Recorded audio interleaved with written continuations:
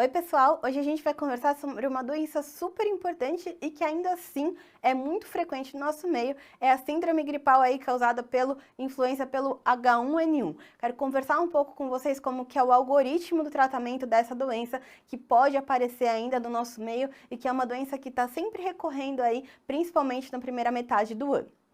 Então eu trouxe aqui para vocês o fluxograma do H1N1 para a gente conversar um pouquinho sobre as principais condutas e grupo de risco dessa doença. Então a gente vai estar diante de um paciente que tem síndrome gripal, febre, tosse, coriza, dor de garganta, mialgia, diarreia, tudo isso faz parte da definição de síndrome gripal. E a primeira coisa que eu vou me perguntar é se esse paciente tem algum sinal de gravidade ou não. O que seriam os sinais de gravidade no paciente com suspeita de H1N1? Dispneia, desconforto respiratório, saturação, então uma saturação em ar ambiente por H1N1 menor que 95, ou piora nas condições clínicas pré-existentes desse paciente, uma queda do estado geral importante. Se esse paciente não tiver nenhum sinal de gravidade, a gente vai seguir esse fluxograma aqui. No próximo slide, a gente vai falar dos que têm sinal de gravidade. Então, se esse paciente não tiver sinais de gravidade, a próxima coisa que eu vou me perguntar, esse paciente tem algum fator de risco ou algum sinal de piora do estado clínico? E o que seria um fator de risco na H1N1? Extremos de idade, então pacientes muito idosos ou maiores de 60 anos, não necessariamente tão idosos, mas pacientes maiores de 60 anos, pacientes crianças, então menor de 2 anos de idade, pacientes que têm alguma comorbidade prévia, pacientes diabéticos, pacientes hipertensos, pacientes com alguma imunossupressão, pacientes que fazem tratamento de doenças crônicas, todos esses pacientes vão ser pacientes de grupo de risco e que eu vou me alertar que podem ter uma evolução desfavorável nessa doença. Se o meu paciente não tem sinais de gravidade, mas que é um paciente que tem fator de risco, ele vai vir para esse lado do algoritmo aqui. E eu vou iniciar para eles tratamento com oseltamivir, além de tratamento com medicações sintomáticas. Vou fazer para ele um acompanhamento precoce, que seria com uma avaliação aí dentro de 48 horas, para ver como esse paciente evoluiu e se ele passou a ter ou não algum sinal de gravidade. Agora, se eu estou diante de um paciente jovem, rígido, sem nenhuma comorbidade, com suspeita de H1, mas sem sinais de gravidade, ele vai seguir o algoritmo desse lado aqui.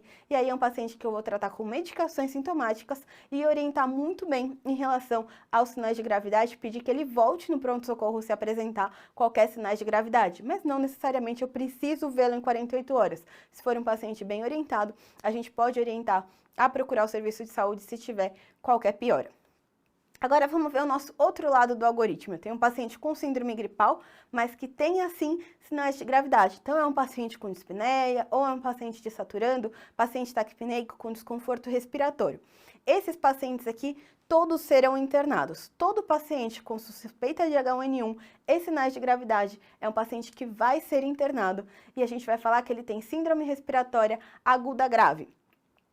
A próxima coisa que a gente vai avaliar nesses pacientes é se ele tem algum sinal que indique internação em ambiente de terapia intensiva. Então, se esse paciente está chocado, se ele tem alguma disfunção orgânica importante, se ele tem uma insuficiência respiratória, se ele precisa de uma demanda de oxigênio muito grande, se sim, eu vou internar esse paciente em leito de terapia intensiva, iniciar o tratamento com oseltamivir, associar a antibiótico terapia para eles. A gente sabe que o H1N1 está muito associado a pneumonias bacterianas, então o paciente internado por H1N1, ele vai sim receber antibiótico. Além disso, vou fazer exames complementares, exames de imagem e para avaliar esse paciente aí, monitorização contínua, que é um paciente com altíssimo risco de evoluir de forma desfavorável.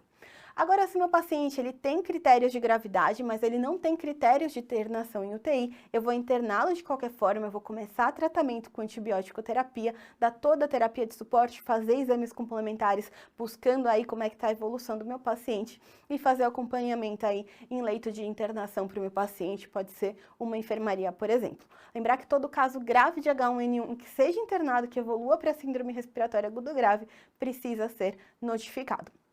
Não se esqueça, no H1N1 é uma doença que ainda está muito presente no nosso meio, a gente precisa sempre lembrar dela. Era isso que eu queria trazer para vocês hoje, não esquece de deixar o like no vídeo, compartilhar com seus colegas e se você ainda não se inscreveu no nosso canal, se inscreve agora e não deixa de ativar o sininho para receber as notificações. Lembrando ainda do nosso curso do PS Med, que tem um conteúdo muito grande para vocês, saber muito mais sobre todas essas doenças. Se você ainda não conhece, aponta para o QR Code aqui da tela para você conhecer ele agora. Obrigada e até a próxima!